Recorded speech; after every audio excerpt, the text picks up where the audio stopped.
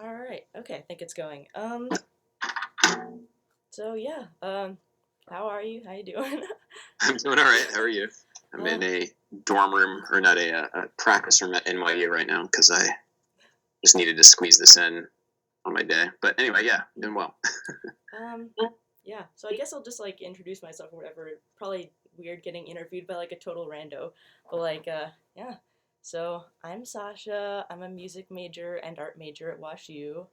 Um, Jazz musician, jazz guitarist, or like what? Toy bass? Is that what you call it? Yeah, toy bass. Yeah, toy bass So player. someday you'll graduate to the real instrument, but it's fine for right now. One day, I can only hope. Yeah. Yeah, super into jazz memes. I'm those like internet teens, Gen Z people, so yeah, super into it. Yeah, also a huge fan of yours, so this is Thanks. Thank you. very crazy. Yeah, so um yeah, so how did you get like involved in jazz memes? Like when did it all start for you? Like when did you first start becoming like aware of like jazz memes? Well, the specific culture, I guess. So let's trace it back. We're talking about just funny things on the internet, which you didn't always call memes. Well, I guess like There's just like any sort of like humor related. It doesn't have to be online, just like Yeah, well, I mean, for me, like, I think that there is a very particular kind of like online humor hmm that is different than other things, but is like similar in some ways. So I remember very clearly when I first moved to New York, there's something called Jazz Robots. And this was in about maybe like 2010, 2011. And it was just this video series of these like do it yourself animation. Like some of these websites, you could basically like tell the characters to like speak to one another or something like that, and it would spit out some form of like video. hmm And one of them was called Jazz Robots, and it was just a series of like these people basically like imitating jazz musicians like after the gig, except they were always said like in a very robotic tone, like, "Yeah, man, that was so killing. Yeah, dude, that was so burning on that last solo," something like that. And so there's a series of these videos, and I was like, "This is the fucking funniest thing I've ever seen in my life. I want to like watch more." And that was probably the earliest. This was about 20. Maybe I could look. It's still on the internet because the internet is forever. Jazz Robots. Yeah, Jazz Robots. 8 years ago. Two musicians talk about the recent gig. So that was like the first thing that I saw, and I was like, "This is great." And around like maybe that time, there was this. He's still playing and he's still making content, but it's maybe a year or two later where I discovered Jacob Mann. Do you know Jacob Mann yeah, yeah. at any like 1 minute jazz lessons? hmm Yeah. So it was about then. I was like, this is really funny. This is great. But it wasn't so much like a culture, like of a humorous culture back then. It was just these are funny, like little things that people are like just sharing. Um, and it wasn't until I feel like just relatively recently where there became like very much a specific culture that surrounded jazz and like internet humor. hmm Um, I mean, I'm sure you're aware of all of like the various subgroups, but it was, um, like shitposting of jazz to come, Yeah. chord scale theory memes, and there's so many of these other like Facebook groups, but they only came about in the past couple of years, and I only just kind of like heard about that from like I don't know, people recommended me them. Yeah, I guess that's my history of like just being familiar with like the culture, but I've just kind of taken little bits and pieces of it for my own purposes and making online content also. So hmm yeah, Yeah, I guess very that's cool. my answer, long-winded as it is. Yeah, yeah, very cool. So yeah, I guess like going off of like, online versus sort of real life, like how do you think like the online jazz community kind of relates to like real life jazz community? Like do they intermingle or like do they relate to each other at all or is it like totally separate? I think they're separate, and mainly because the online jazz community skews much younger, at hmm least in terms of who we're interacting with. Um, Honestly, like the people. Not that this is a metric for anything, but when people have seen me or heard of me because I have like online YouTube videos and like am active, they're always younger people. Very rarely do I meet people, and I'm 30. I'm not that old, but at the same time, I am of like a different generation. So the online community is much younger, and it's not. I see a disconnect that's mainly generational rather than specifically like two different communities. Um, I think it's a generational thing more. I think it's bigger than just the jazz world. I think it's very much like um, I am. Yeah, people over the age of 35 are not going to know about like Tommy Flanagan memes or something like that. That's not really going to be the vibe. Um, yeah, I think it's cool because the online community is connected, and people get the same sorts of ideas and humor and share the same culture, but it is different. Yeah. So like, I had a question about this. Um, so like, what do you think is like your main demographic? I mean, you kind of went into it, just like younger people, but like your age range. I don't know. You probably have like YouTube stats and whatnot. Like, could you I just go do. into that a little bit? Yeah, I mean, I can give you some very specific things, but it's younger. It's Mm-hmm. overwhelmingly male, but that's normally the case for music and music-related things, not just in jazz. Um, Give me 1 second. Let me find it because I think it just might be interesting to see. Mm-hmm. Analytics. Uh-huh. So yeah, it's 91% male, 9% female, which, believe it or not, is a fairly typical um, uh, gender breakdown. Just gives those two. Uh, let's see, age. Age is yeah, pretty much between 17 and 24, and then 24 and 35. Very very few people who are watching my videos outside of that demographic. Um, yeah, I mean, it skews younger, honestly. And any time that you're talking about any kind of social media, to me, that's like, I'm not saying younger in terms of 13 to 17. Yeah. That's too young for me, for the types of people who would generally watch my videos. But yeah, that's my demo. The way Yeah. that I always say it is that I create content for myself at age 21. I like to think about what I would really, really want to watch if I was a younger version of myself, and I perpetually am a younger version of myself in some ways. But um, yeah, that's my demographic. Me. Yeah, that's really interesting. I didn't know it was like that male. Like, of course, like as a woman, like I know it's like I don't know. Me and some of the jazz ladies like have a running joke like, oh, if you go to NAM, it's the only place where there isn't a line for the women's bathroom. Like, Yep. Well, it's honestly, and this is the interesting thing. 2 years ago, it was 95% male and 5% female. all right, I'll Um, take it. so you can think of it as like, oh, this is such a ridiculous breakdown of the like such a but I'm thinking of it as like, oh, my female audience doubled in the past 2 years. So yeah, I mean, it even talking to other YouTubers, and it's not just male YouTubers but female YouTubers, and um, that's pretty much the case for music across every style, every genre. The gender breakdown is overwhelmingly male in terms of viewers. Maybe not performers or, um, but in terms of people who consume content. So that's just something that I always keep an eye on. It's changing slowly, I think, hopefully, but it is changing. Mm-hmm. But yeah. So I guess going back to like sort of your beginnings in terms of jazz memes, like in your experience, how do you think they've developed over the years? So Big question, okay, but so of course the elephant in the room is the lick. We can didn't start want and to bring talk it about up, that. but of course.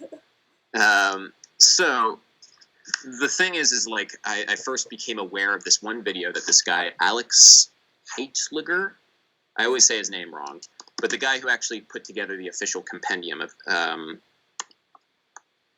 you might know him more. Was it like the original lick? Like The original lick okay. video, yeah, Alex Heitlinger, and he teaches at I believe it's the University of Reno in Nevada, and he's a trombone player. And what he did was the lick was basically already well known on jazz forums, and people would share examples of the lick on various jazz forums. I think in the early 2000s, and he was the first person to just come up with a compendium of all of them, and he put it into this video. Of course, then I saw the video, and of course, this was back in 2012 or 13, and I was getting my master's degree at the Manhattan School of Music, and that it became the huge big thing. It was like, oh my god, it's a lick. So this was before it really took off on the internet the way that it has. But I remember a guy by the name of Alex Spradling who wrote a piece that was nothing but the lick for his graduate recital. We thought it was the funniest thing, and then that was it. And then we were done. And it wasn't until maybe I'm going to say 2016 where I started using the lick just kind of in my videos a little bit as transitional music, and also as just an in joke of saying oh, jazz musicians quoting the lick at one another. When it really started to feel to take off in this really weirdly aggressive way, and people started sharing it on Facebook memes, and you started seeing it a lot more just even at the high school level, which is something that didn't really happen before. Originally, it was just kind of really an in joke. Really, this was something that only people who had, I don't know, been part of the jazz scene, professional scene for a while, knew about it. And then, around 2017, it really kind of took on a life of its own. And the thing that's really interesting, I could go off forever on the lick, because you could, it's a short musical phrase that's instantly recognizable, it's easy to play, and you can remix it into anything.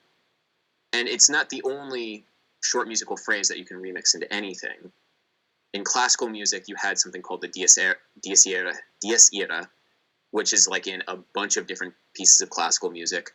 You had Bach, which is a short motif, B flat A C B, which is basically a transliteration of Johann Sebastian Bach, because in German H is actually B and B is B flat. So when you spell Bach, B-A-C-H, it spells the note letters B flat A C B. And so you'll see B flat A C B in a bunch of different classical pieces of music as kind of an in joke, being aha, I'm quoting the Bach lick at you. So Schumann and Mendelssohn and a lot of 19th century composers inserted the Bach motif into a bunch of things as their in joke. And the lick essentially was that. That was the in joke for jazz musicians. But because of the weird mutability of the internet, it kind of exploded out into something a lot bigger than just this in joke that you would insert to make another person laugh. Now everybody can insert that joke to make another person laugh. It's a lot bigger than the Bach lick or the dies irae or anything else ever was. And jazz musicians have been doing that a lot anyway, because you would just quote. The quoting is a big part of jazz culture, where it's you play "Shaving a Haircut" at the end of your solo, or you insert T for two. Jazz musicians, there's a long history of doing that. Just Ella Fitzgerald in her Tisket a Tasket, Green and Yellow Basket, she would sing in every single one of her solos. She would just throw that in there.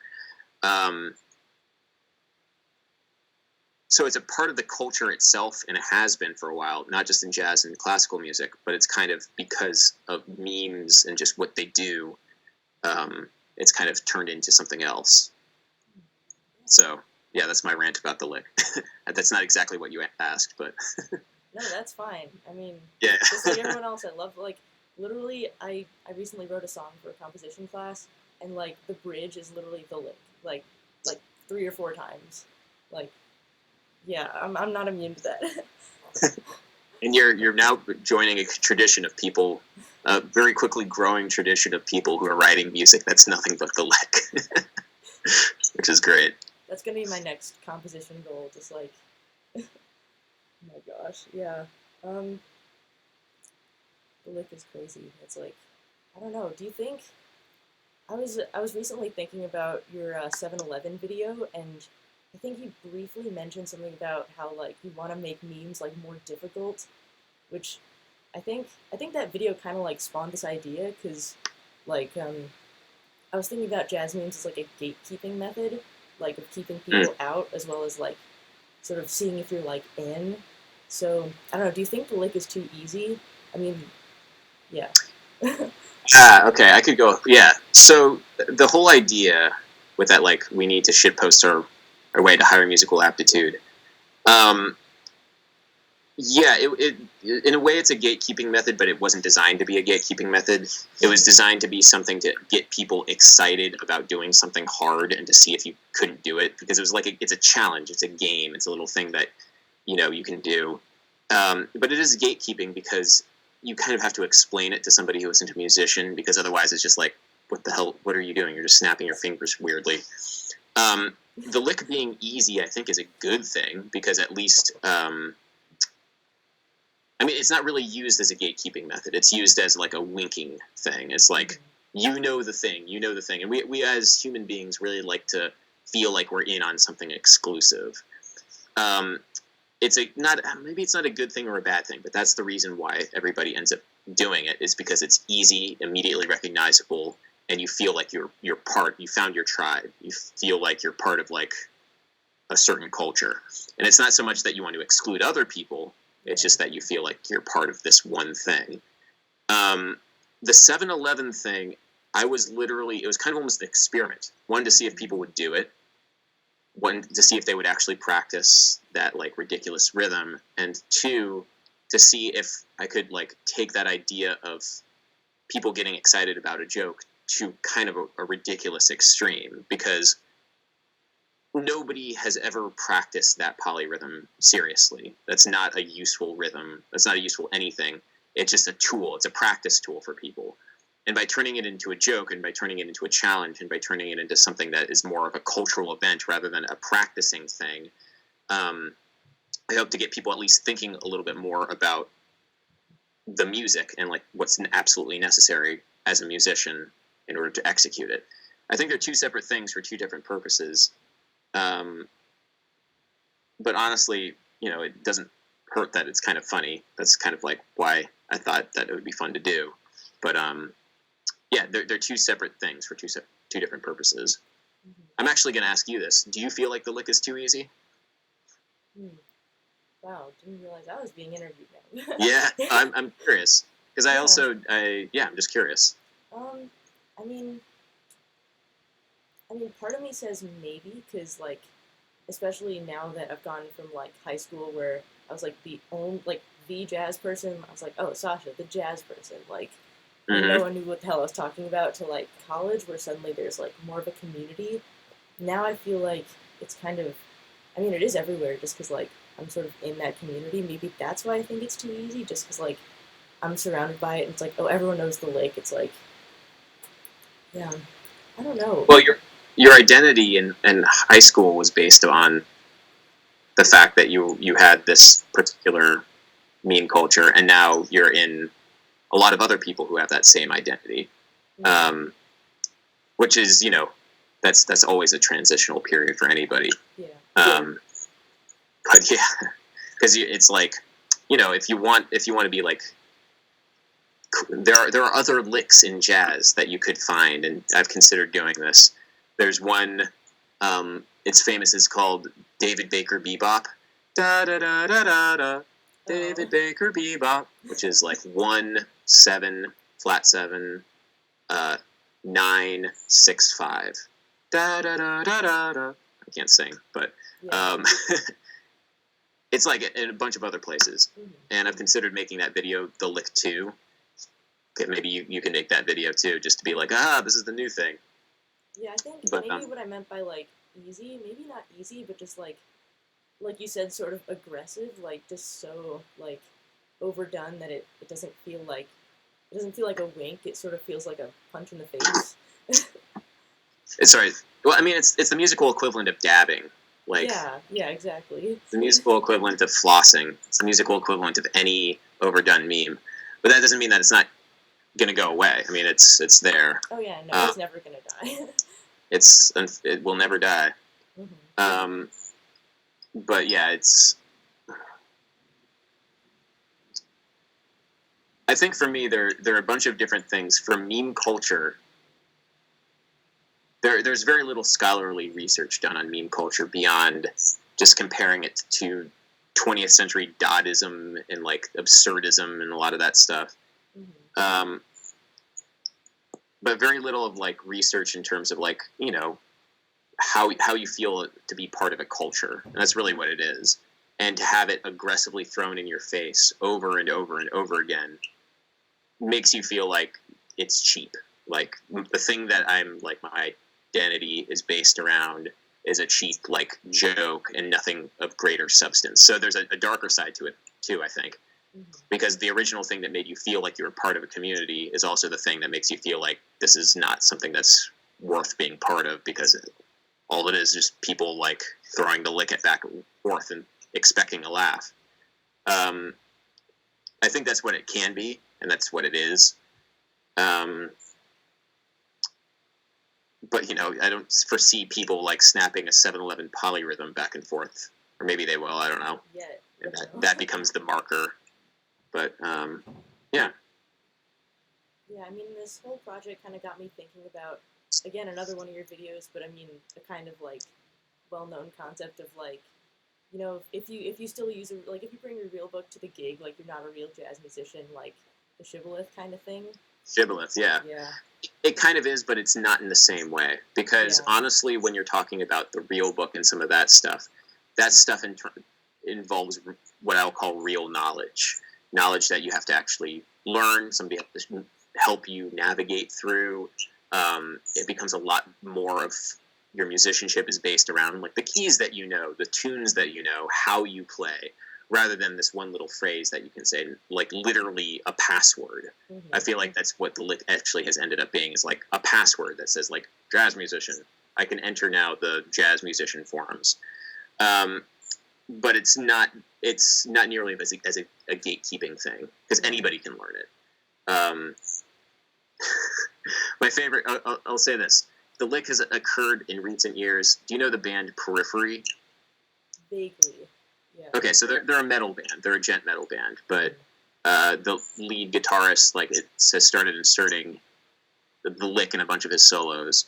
A friend of mine named Charlie Rosen is an orchestrator for Broadway, and he's started putting the lick into a lot of the orchestrations for Be More Chill, which is like a Broadway musical right now. And the guitar player every show now has to play the lick at the end of one of like this reprises.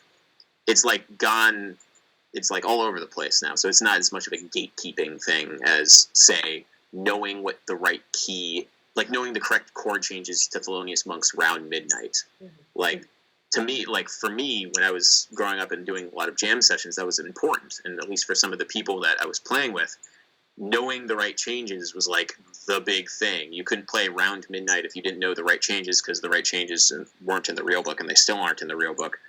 And I still don't know what the right changes are. But like the Autumn Leaves original key kind of thing. Yeah, exactly. I mean, Autumn Leaves in G minor, and you could say like we're playing in Autumn Leaves in G minor, but it's expected that you play Autumn Leaves in G minor. It's expected that you play, I don't know, On Green Dolphin Street is often played in E flat, even though it's written in the real book in C. I don't know. I could think of some others, but like little things like that, or like a good one, Quiet Nights of Quiet Stars or Corcovado, generally is lute. Like you go from, it's like a 2/5 at the very end, but you like do the 2/5 and then you go directly back to the beginning. Like you chop off in the form 2 bars every time that you like solo over it. That's like something that always happens. You don't play the full 32 bar form, you play like a 30 bar form. And that's not notated in the real book. So if you get lost on Corcovado or Quiet Nights of Quiet Stars, that's like a gatekeeping thing. It's like, aha, you're not a real jazz musician, or you haven't like really studied this music. It's not the same. It just isn't really the same with the lick. It's maybe a simpler version of it, but it's not. It's like not for the purpose of like superiority. I don't feel like it's posturing. That's maybe the better word. When Yeah. people do that sort of thing by people for not knowing those changes, that's more for the like a posturing thing, like a social status thing, like a weird toxic masculinity thing at some point too. But like, um, yeah, I think they're two different things. And does that apply for like, I mean, I know with the lake it's not like the same thing as like aggressive gatekeeping or whatever, but are there any other types of memes that you think even like a little bit resemble? Because I was thinking like something along the lines of like music theory memes where you wouldn't get it unless you like knew theory. Like I saw this hilarious example. It was like gosh, I think it was like it's either like C diminished or B major seven sharp one.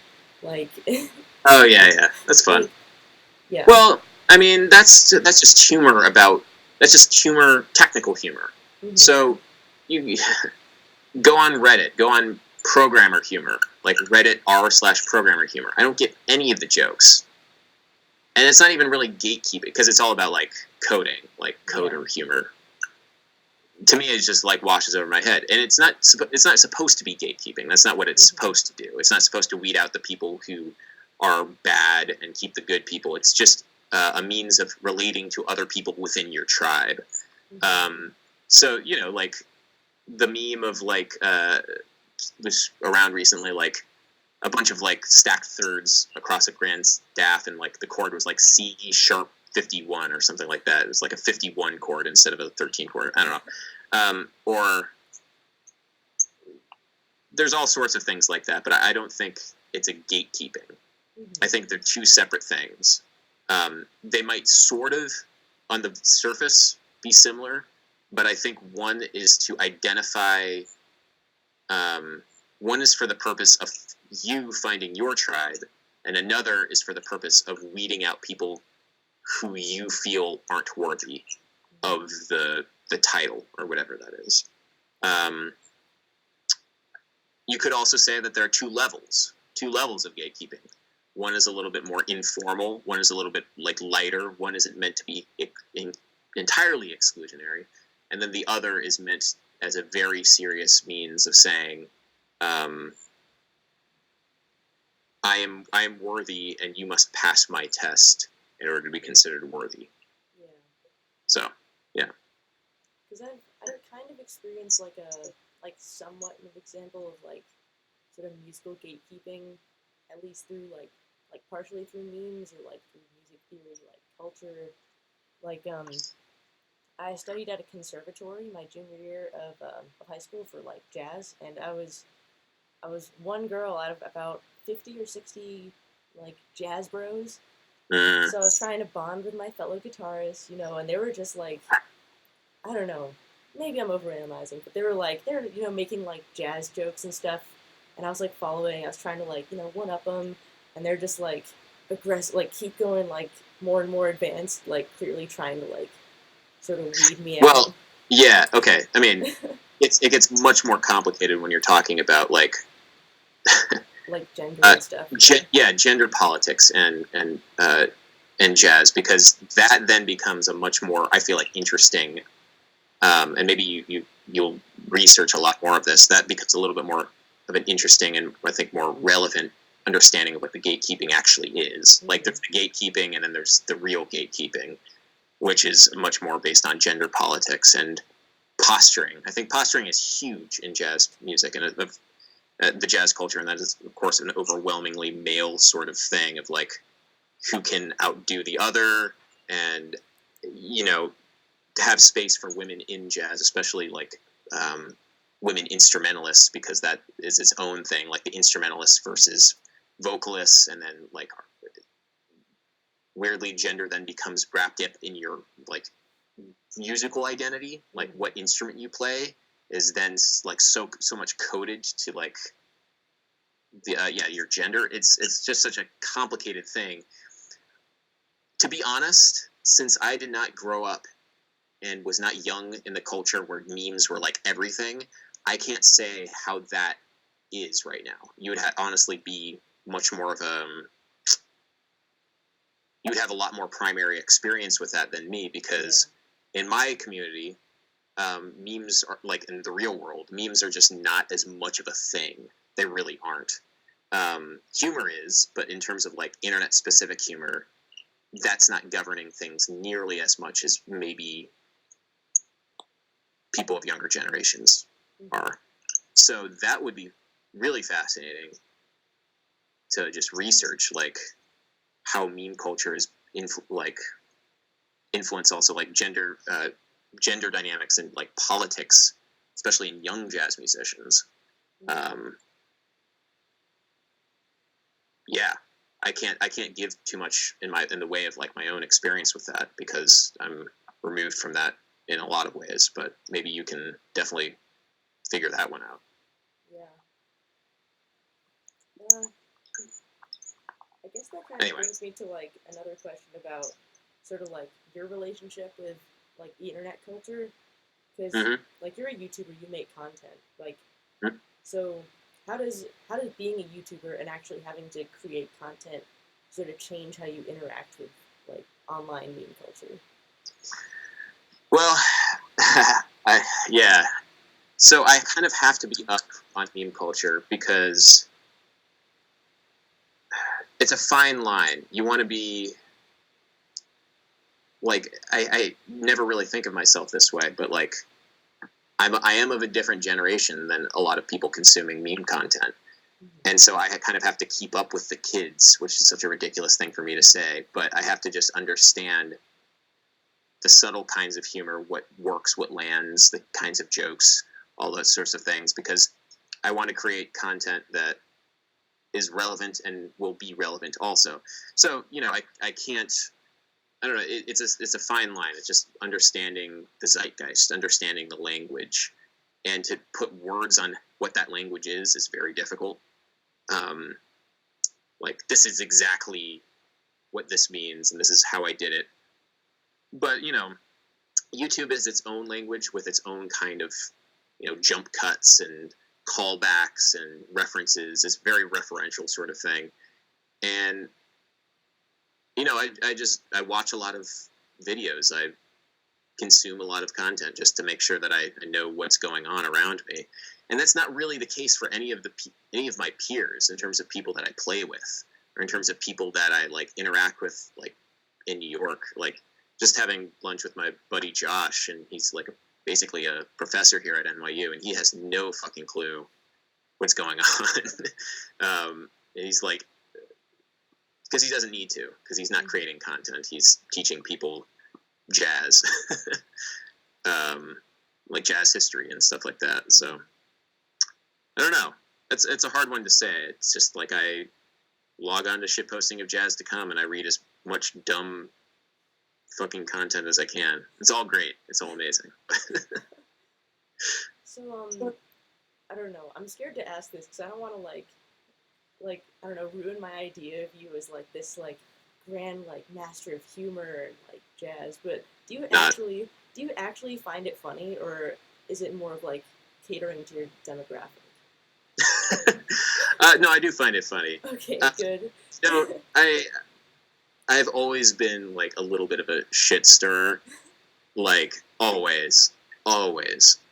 So the fact, like the subversive nature of it is fantastic. I'm not I'm not that funny in real life. Um, no, I don't know. Yeah, it's both. It's everything. I also don't take it very seriously, Yeah. if that makes any sense. I don't overthink anything. Um, like nothing. The stuff that I overthink is like not the humor, but like when I'm making educational video or something like that, I really take a lot of time, a lot of care, and put a lot of energy into the craft of making a video, the craft of the music that I'm making, the craft of all those things. At the core of it, I'm like really just doing that, and it's just like this sprinkling of like shit posting on top, I guess. Mm-hmm. Um, yeah, I don't know if that answers your question, but No, it does because I just wanted to see if like I don't know because like I don't know while we are talking I was kind of like thinking like oh my god do you, like does he just sort of like go on all the like forums and just like take like really like extensive notes and like researching everything. No, no, no, no, no, no, no, no. No, I just honestly, it's people fucking tagging me all the time on like some of these groups, and then so I'd like when I'm looking at my Facebook notifications, I'm like, all right, I'll see what this thread's about. Okay, I'll see what that. Yeah, I really don't overthink it at all. I don't. I just like I watch a bunch of stuff because I'm amused by it, and I feel like it, um, yeah. But that's yeah. I'm not taking notes. No, don't worry. That'd be really weird, but maybe somebody will. I don't know. It'd be really exhausting to approach it that way, honestly. And people, this is the thing that I found is like people will sniff out like the forced meme and the cynicism like immediately. Like you can't, you have to be genuine. You have to be genuine with your love of whatever it is that you're doing on the internet. That's like you just have to, because otherwise people won't care, and people will definitely call you out on it. Yeah, that's definitely the case, for sure. So I guess like I know age definitely plays into it because like I guess you said yourself like you're part of a different generation. So like what are the memes that like you don't understand? Like from people my age or even younger, I don't know. Like straight up don't understand. I mean, I understand. Like I've been in it for a second. I can understand a lot of stuff. The thing that, or I guess stuff you don't find funny. That's just like too like too much. I don't know. Well, okay, so there's a degree of nihilism and absurdism in like every like I don't want to say like your generation because it's like 10 years apart tops. No, it's true. It's true. But like, and also like I'm in it and like I'm looking up, not looking up, but I'm just like scrolling through memes all the time. There's like this degree of like nihilism, but like it's not even like nihilism. It's just like this the weird. Okay, so the perfect example is like that I find I die every time I see it. But like the E meme, which is like Markiplier and then E and whatever, and you can remix it and like Miles Davis and then E. It's like the perfect meme. It's the perfect example. That is a shibboleth. That right there is the shibboleth between generations. Do you find that funny? Do you find the fucking E meme funny? Yes. It's so meaningless, but it's so good. And it's just being able to, I don't know. I really, that's the shit that I really find funny. The more normie stuff, less and less so, but you know. Oh, God. That's good. So I guess that leads right into another one of my questions, which is like, what do you think is the perfect like jazz meme, like the ultimate recipe? Like, I guess you could put an example, but like, just like, yeah, I mean, like, the perfect qualities of like the meme. I don't know. Well, okay, so you have to think about jazz memes in broader meme context. So whenever we're making memes, these like basically image macros, because honestly, that's mostly what it is. We're trying to tell a story. We're trying to tell a story of like the world around us. I'm just gonna go through this. Okay, so this one right here is you soulfully playing your best blues licks. Everybody else at the jam playing giant steps, and it's the Tom and Jerry. We're like, anyway, whatever. So you're telling a story of like something funny in like an awkward situation, and you're representing it through some sort of image that can immediately be understood like that.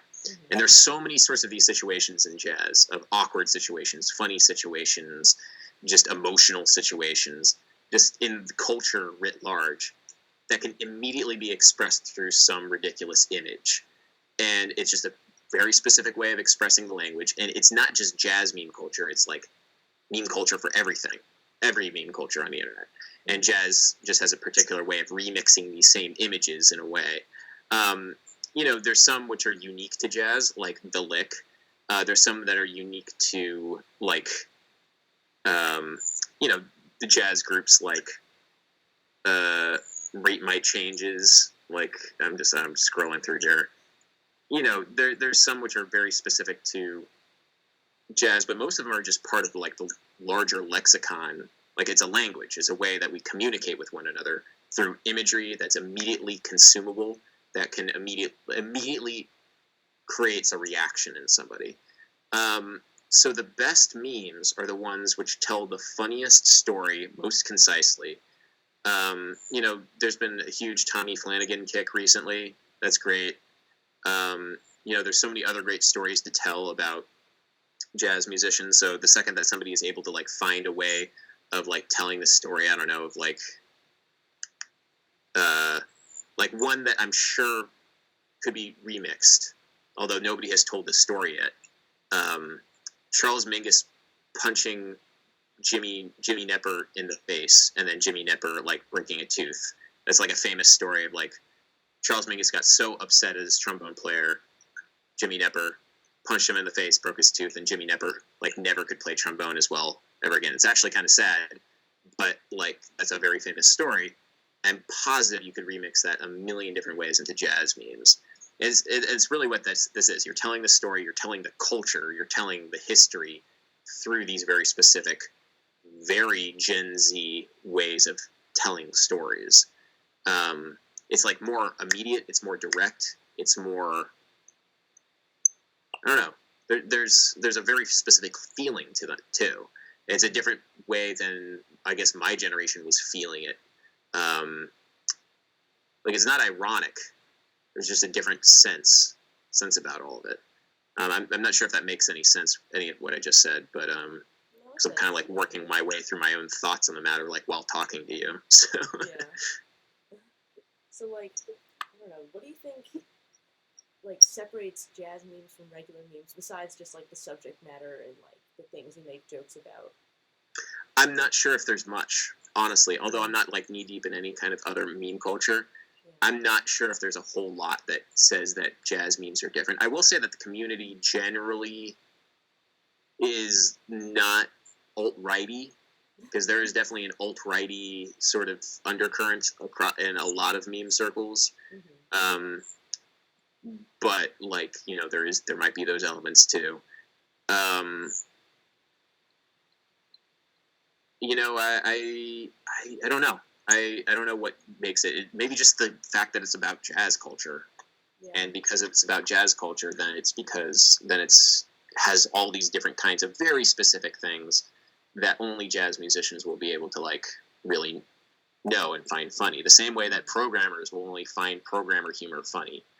Yeah. But I can't speak on their culture, so who knows? Mm-hmm. Like making jokes about Python script. I don't like. Yeah, you kind of have to know that and be part of it, and that's what makes you feel belong Mm-hmm. or like you belong. Yeah, because I was thinking like, the only format I think I've only ever seen like in jazz like communities especially is like doors that sound like Miles Davis, like fence Yeah. sounds like John Cole. Like that's not really, I don't know. Yeah. Well, I mean, the lick is like that's Yeah. the ultimate one.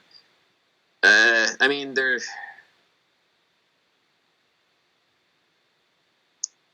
I mean, then there's people like Simon Franzman who just have his own thing. I'm not sure if that. I don't know. The specific, I'm not sure. I just don't know. I don't think so. But I'm not like I'm not an authority on memes in general. I'm barely even. The only reason why I'm any of authority on jazz memes is because I am one. Because I have meme pages of people who Photoshop my image on Big Chungus, and which is very flattering. Like a scary thing. Yeah, that's yeah. I guess so. Like, when you're making a video about a certain topic, do you think you can predict if it's going to become a meme, like the A=432, like those kinds of things? Like, do you think you can gauge accurately if people are going to be like just spamming it for the rest of time, or is it kind of a gamble? I have a decent idea of what might read as a meme, yeah. And there can be a forced meme aspect of it too. Like I can force it, which is weird for me. So one of them was like it's not even so much a meme, but like things that are very specific jokes that are associated with my channel. 432 is one, but that was like already a thing. One was like play the right notes, mate, which was just a thing that this guitarist Mary Spender said to me, and then now it's on a T-shirt, and now people will say that occasionally. There's make sure that the synth is in tune with synth and vocals same key. Like a lot of these things, repetition legitimizes. That's probably my favorite one. A lot of it is like turning it into a joke and a callback. Mm-hmm. So in my videos, I'll specifically call back certain things just to make sure that people are paying attention. And when I do that, then it becomes a little bit more of a meme that people then like start spamming. There is a slight degree of cynicism to this. I'll say this, because if something becomes a meme, then I can like capitalize on that, and then I could have a T-shirt that has that thing. Not that I ever really like go about making content like that, but that has happened. Basically, the pro tip thing was a meme, and then I turned it into a T-shirt, and then it became like a revenue stream for me. Which I'm never really thinking along those lines, but it is like that is something to consider for you as a consumer of culture, to think about like these forced memes and like what people like are trying to inject into the discourse. There might be like something a little bit more cynical about it sometimes, because I do know, I can say with some degree of certainty what might be start just popping up in the comments section as a joke that people start like repeating over and over and over again, and then it becomes a meme. So yeah.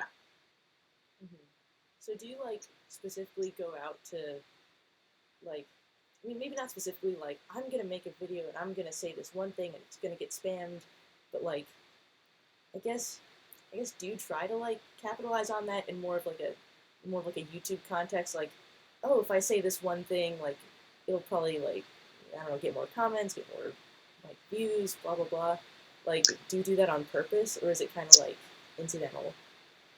Both. I mean, I'll say this, like I want to create like funny content. It's subtle. Anytime that I want to do something, I'm never going to hit you over the head with a joke or something like that, because one, that's not my kind of humor, and two, people don't respond to that, and three, the more response, of course, is better. Engagement is better for YouTube. So if I'm going into it making like meme content, more engagement. I mean, the person that just went full tilt with the memes and just humor and just like the jokes and everything was a bass player by the name of Davey504. Yes, and his channel, it's just pure meme. And God bless him for doing that, because I would never want to do that. That would just be like the most agonizing thing for me to do, to live day in and day out and try and create that content. It would just be like, oh God. But he found a ridiculously huge audience because people really connected with some of those dumb, like playing the Soviet Union, like the Soviet theme, or like played Africa in Africa. Just like, come on. Of course you're going to get clicks on that. Of course you're going to like make this a whole thing. I never really do it that way. That's not really my intent. It's like this funny little joke that I might include in my otherwise educational or musical video that's the real focus of what I'm doing, is like I want to talk about a musical concept, and if the musical concept relates to some kind of meme, that's cool, but it's really, I'm never approaching it with a joke in my mind, except on probably April Fool's Day. Then that's pure unadulterated shitpost on April 1st. Every other day, it's not really that. So, like, since you include, like, memes or, like, little jokes in your videos, and some people, like, really run wild with, like, spamming stuff and, like, trying to get your attention, like, oh, play the leg, play equals three, whatever, blah, blah, blah. Like, do you think, like, even a little bit, it kind of, like, diminishes the quality of, like, educational videos? At least to some people. Yeah, it does, and you have to understand that my videos aren't educational. They are, but they're edutainment is what we call it. Yeah. I hate the term, but it's edutainment. It's somewhere between educational, entertainment, and also sometimes news. like reporting journalism, and that's something that I've thought about actually. When I did the video with Vox, um, talking to Estelle, who was the person who put together the Giant Steps video, she's thinking of every time she makes a video as a piece of journalism. It's like, oh, that's weird. I never thought about it that way, but that's kind of what Vox does with their Earworm series, and that's sometimes what I do with like my videos. But it's not educational in the sense of like, okay, here are the modes of the melodic minor. Here are all the fingerings of the modes of the melodic minor. This is the caged approach to the melodic minor scale, and this is the fingering that I use personally. Blah blah blah. It's not that, and I never intended it to be that. It's supposed to be something a little bit different, engaging an audience in a different way. And yeah, the spamming can get super annoying, but at the same time, YouTube comment sections across YouTube are terrible. They're the worst pit of hell. And I thought that mine were really bad until I started to look at others, and I realized that the people who comment on my videos generally are not that bad, and I try and do a pretty decent job of like deleting all of the horrifically terrible comments that people might sometimes leave. So yeah, that's the vibe. Yeah. So I guess like going along with your videos and like how you sort of put humor into it. Like, at what point did you become aware that like your whole brand was sort of becoming a meme? Like, what was the turning point for that? When I started seeing the Instagram meme pages pop up, and there are a lot of them. Yeah, it was that. And I this is the thing, is I lean into it. I obviously lean into the fact that I'm a meme, and like, it is a little weird when people call me Dadum Neely, but Oh, no. like, but then it's good for the brand too, because Vsauce is a person who does it. Michael from Vsauce, he leans into the Vsauce meme brand so hard, because it's good. It's a branding thing. If you think about it from a business perspective, memes are good for your brand because they create interest, they create loyalty, they create a sense of community, they create a sense of, you know, like it's fun, it's like lighthearted.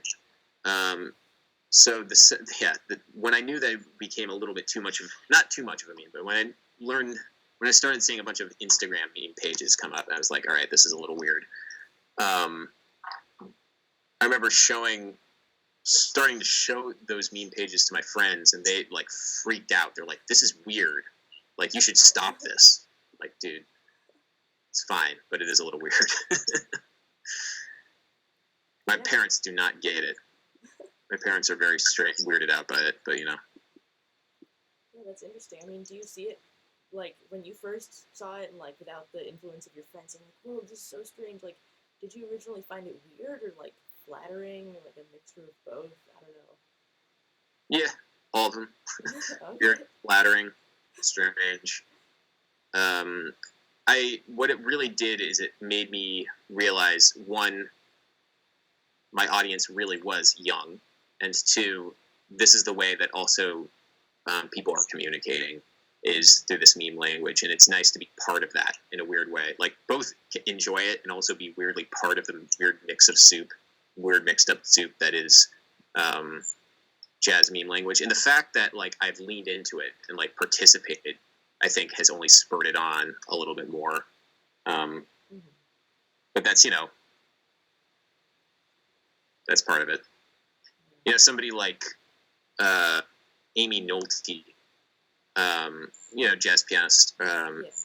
She probably, like, there are other jazz like educator people, but they aren't going to lean into it either. And she's of a generation prior. She's Gen X, so she's like 10 years, 15 years behind me. So she's especially like not going to do that. But that's interesting because I think I saw a while ago Rick Beato did a video about like Does It Gent, which I thought was interesting. Man, I could go off on Rick. I'm not going to go off on Rick. He's a fantastic human being, amazing musician, but he doesn't speak the language. He doesn't speak the meme language at all. It's whatever. Yeah. Just thought I'm that not. was I'm interesting. not gonna badmouth Rick. That's the only bad thing that I could ever say about him. Just doesn't speak the language. Like breaking news. Like Adam Neely like hates Rick Beato. Everyone tweet at him. Uh, no, he'll. I've told him that. Like, Okay. so, dude, just chill out on some of that. But the fact that he's like making YouTube videos and like killing it as well as he's doing, and he's of like a significantly older. I don't want to say significantly older. That's make me like such an asshole. But he's definitely of an older generation. I think he's almost 60, and he's just killing it. Like that's amazing. Nobody with his like experience and like anything is making YouTube videos, nor has the ability to, and he's like really learned how to do it. So good on him for at least filling that niche and filling it really, really well. But the fact that he like then starts trying to like get a little too hip with his titles and concepts, and like you got to test it. But anyway, that's what I'm afraid of though. Sometimes is I'm afraid that I'll go too far and like eventually not be with it.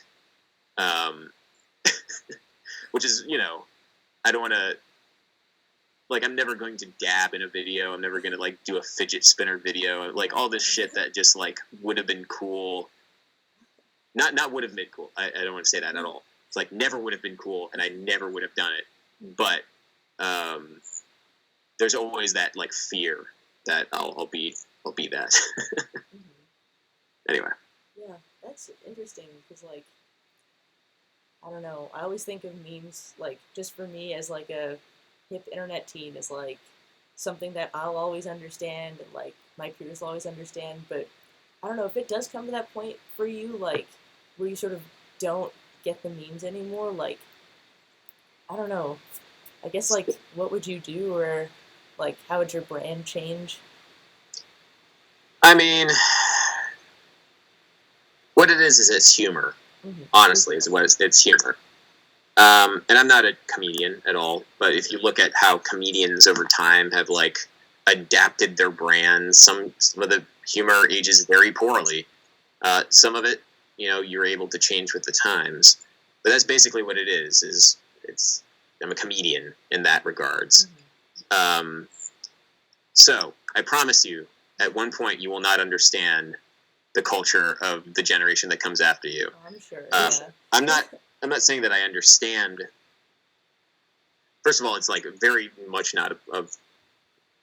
There's really not that much of a generational divide right now. I can say, but I am like of a slightly different generation, and that's the thing that I'm already just noticing for myself. 10 years from now, it's going to be something else entirely, and I'm going to be very far removed from it unless I really keep up and just make sure that I understand the language, because everybody is speaking a language. That's honestly what it is. It's a comedy language, and the only way of staying on top of it is just being conscious of it, actively conscious of it.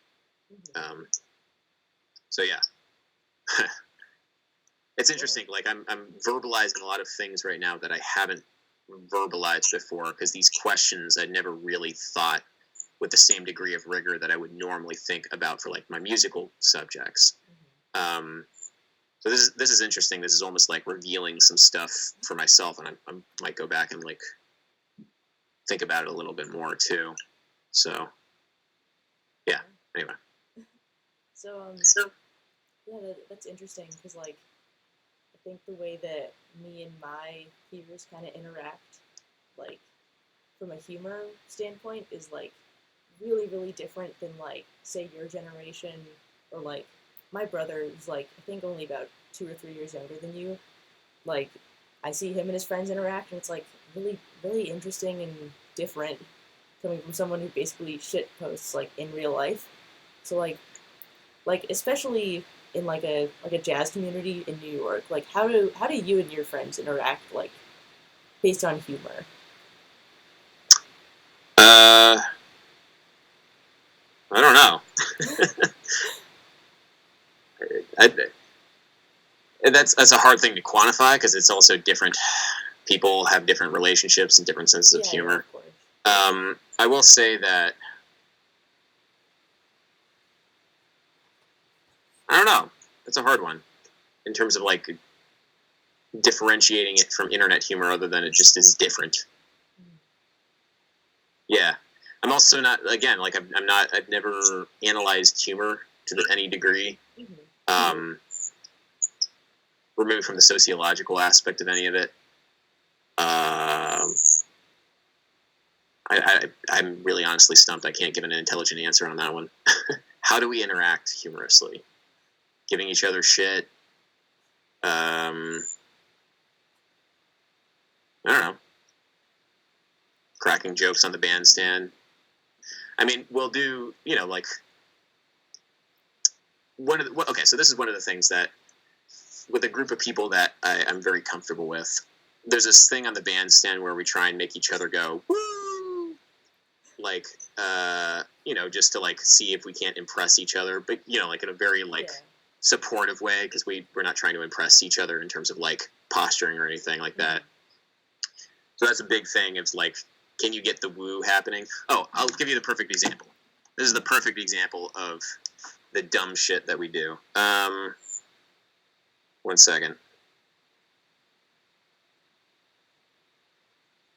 So we'll do, like, wedding gigs. Like, we'll be playing behind a wedding and, like, reception or whatever. Tons of people do the wedding gigs. And, we'll have iPads, and the horn players will have these iPads on, like, stands and everything. And so, one of the horn players is notorious for just bringing up, like, ridiculous memes, like, big funny faces on the iPad to see if, like, we can't make the people behind him, like, laugh during the gig. So, like, the ceremony's going on, and we're just standing there, like, trying to, like, keep it, like, together. And he's just, like, this, making, bring up on the iPad these ridiculous faces and things like that. Also, ham horns, we have these little things that we just, like, see if we can't sneak them into the gig to see if we can't, like, do that without getting caught. During the during, like, inappropriate moments during the wedding. That happens all the time. It's very unprofessional, a lot of the shit that we do. I don't know. There's all sorts of, like, dumb little things like that. But I can't give anything more specific. Also, when you try and explain something that you find funny to somebody else, it's like, this is something that's funny, I swear. I swear this is so funny. I don't know.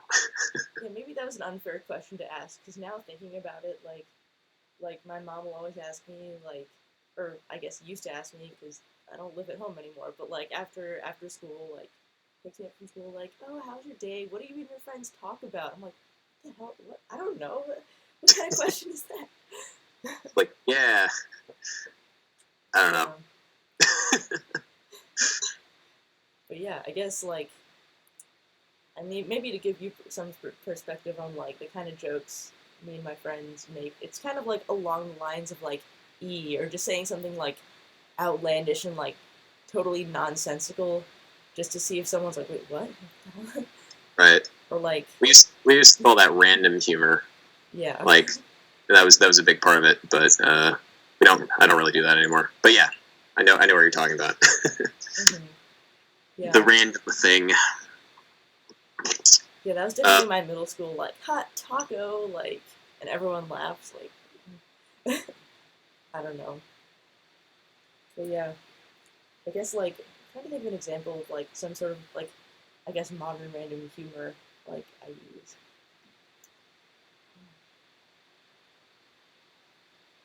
You know what, I'm just gonna move on. This is gonna take too long to think about. But, yeah. Unfortunately, I have to go in I'm going to say, like, 10 minutes. So if you have any other, like, burning questions, those would be awesome to get to. Anyway, the lick just came up. Yes, I heard that. Yeah. Seeing if I have anything else, if I can just sort of let you go if you're pressed on time.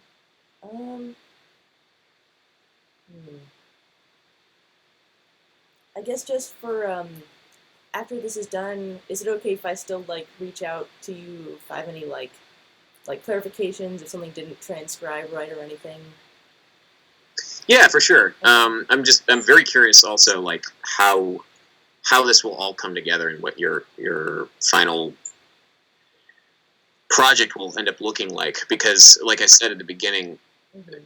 there have been actually several people who have reached out. Like you're the first. And it seems like it's kind of like on the, um, it's like on the general consciousness of the world right now, like people doing research. So I'm very curious to see what you end up coming up with. Yeah, so Because, I'm so proud. yeah, Yeah, but as yeah, of do yeah. whatever, and yeah, feel free to reach out for sure. Mm-hmm. Yeah, as of now, I don't. Since we're doing like musical ethnographies, I don't think we're supposed to have like a thesis or anything like sort of Gotcha, arguing anything. It's just sort of like a just a commentary on stuff. Um, gotcha. I guess. Do you know of any other like sources of like those hot new memes all the kids are talking about? Because right now I'm following a lot of like those Facebook groups, like Adam Neely memes for shit posting, Oh, whatever. okay. I mean, like, if you reach out to Simon Franzman, he is the Mm-hmm. god. Simon Franzman is the one and only. I mean, I'm sure you know Oh some of these yeah. names. Uh, Facebook seems to be the hub, from what I can tell. Instagram has a few things, but Facebook is definitely the hub of meme stuff, which is so strange because like Facebook as a platform is totally dead and Yeah. utterly useless for anything else except meme groups. Um, at least in my experience. Simon Franzman, Jacob Mann. Who else would be like just maybe fun to talk to if you get a chance to talk to him? Uh, honestly, you're probably in. You probably know more than me. I'm just gonna say it that way in terms of like the meme groups Mm-hmm. because I'm just trying to keep up with things. I'm not like actively searching for like the hottest, dankest new memes. Yeah. Um, if you aren't a member of like, are you a member of any of the classical shitposting groups? Not particularly, just because I'm not like not a classical musician, and I don't know. Well, I mean, they're just fun to check out. 433 Danger Posting is one. Um, Where's some other ones?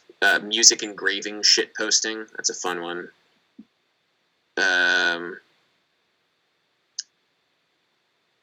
Jam of the Week just might be interesting if you're not already a member of that hellhole. Do you know Jam of the Week? Yeah. Okay. Sometimes, sometimes there's something interesting that somebody posts, but most of the time it's terrible. Mm. Um, yeah, in terms of jazz specific meme groups, you probably know more than me.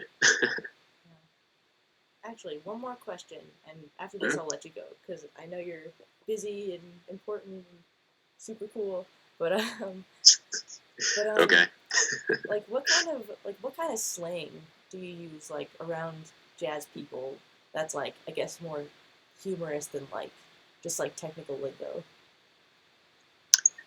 I mean, Sorry, you and your unironically, we say cats. killing. Like, I mean, a lot of shit is like unironic. Bread is used all the time to mean money. Um, like it's hard to say any ironic slang because once you start using anything ironically enough, it ends up just turning to be legitimate and earnest. Hmm. So in the beginning, I started saying killing like just as a joke, like dude, that's so killing. And now I say it all the time, or burning, or fire, or AF, or a lot of the stuff that I initially just started saying really just ironically, and then now it's just part of the whole thing. Lit just feels so weird, but I'll say any of it to describe musical things only, and musical things specifically, but anything else probably not. Um, Yeah, Miles Davis is so bay. yeah, I probably wouldn't say that one. That one wouldn't say. I would say. Uh, I would say something like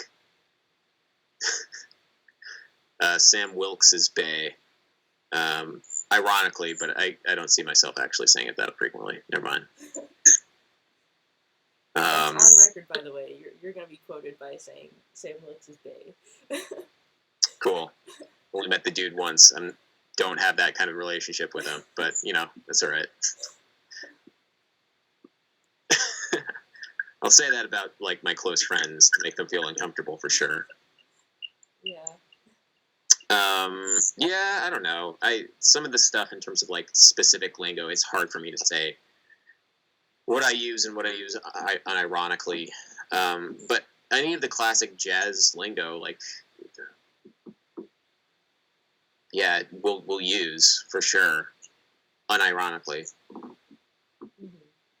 So sorry if I can't give a better example of that.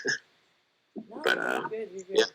You've given me a lot of material to work off of, so sweet. I really sincerely hope that you can salvage something from some of those ramblings.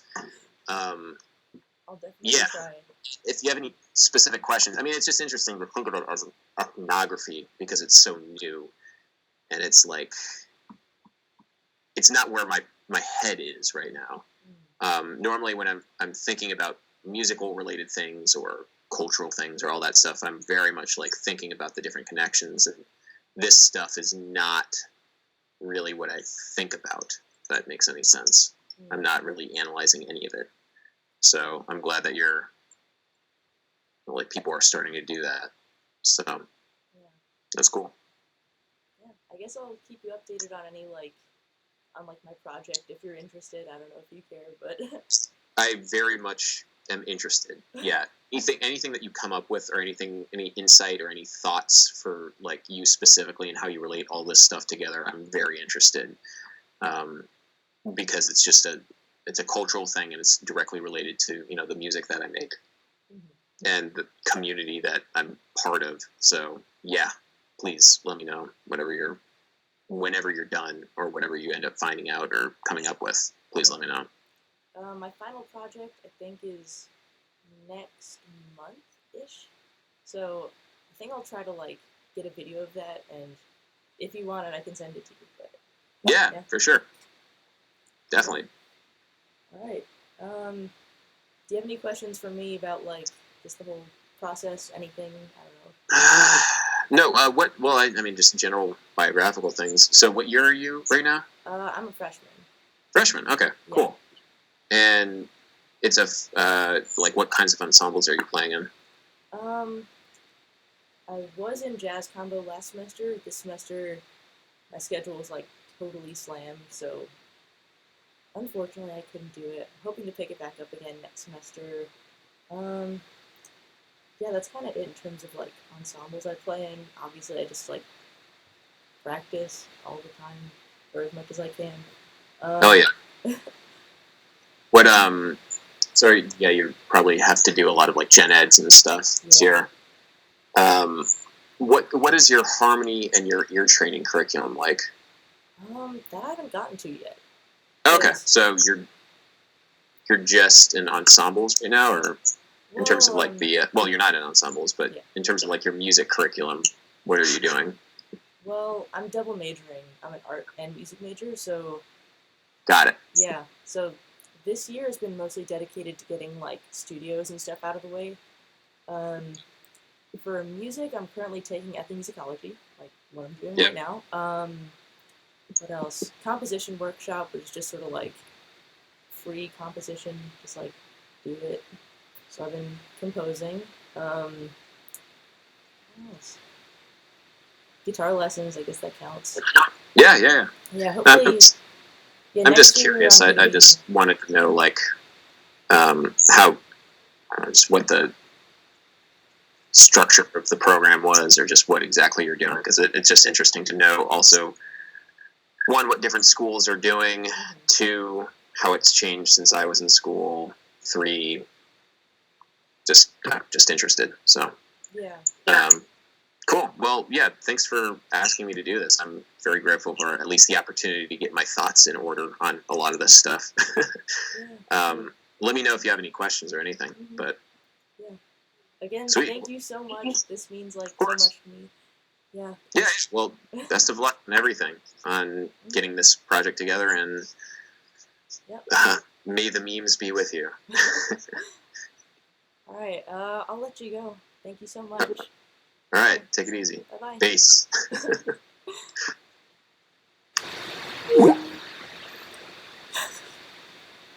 Oh my fucking god.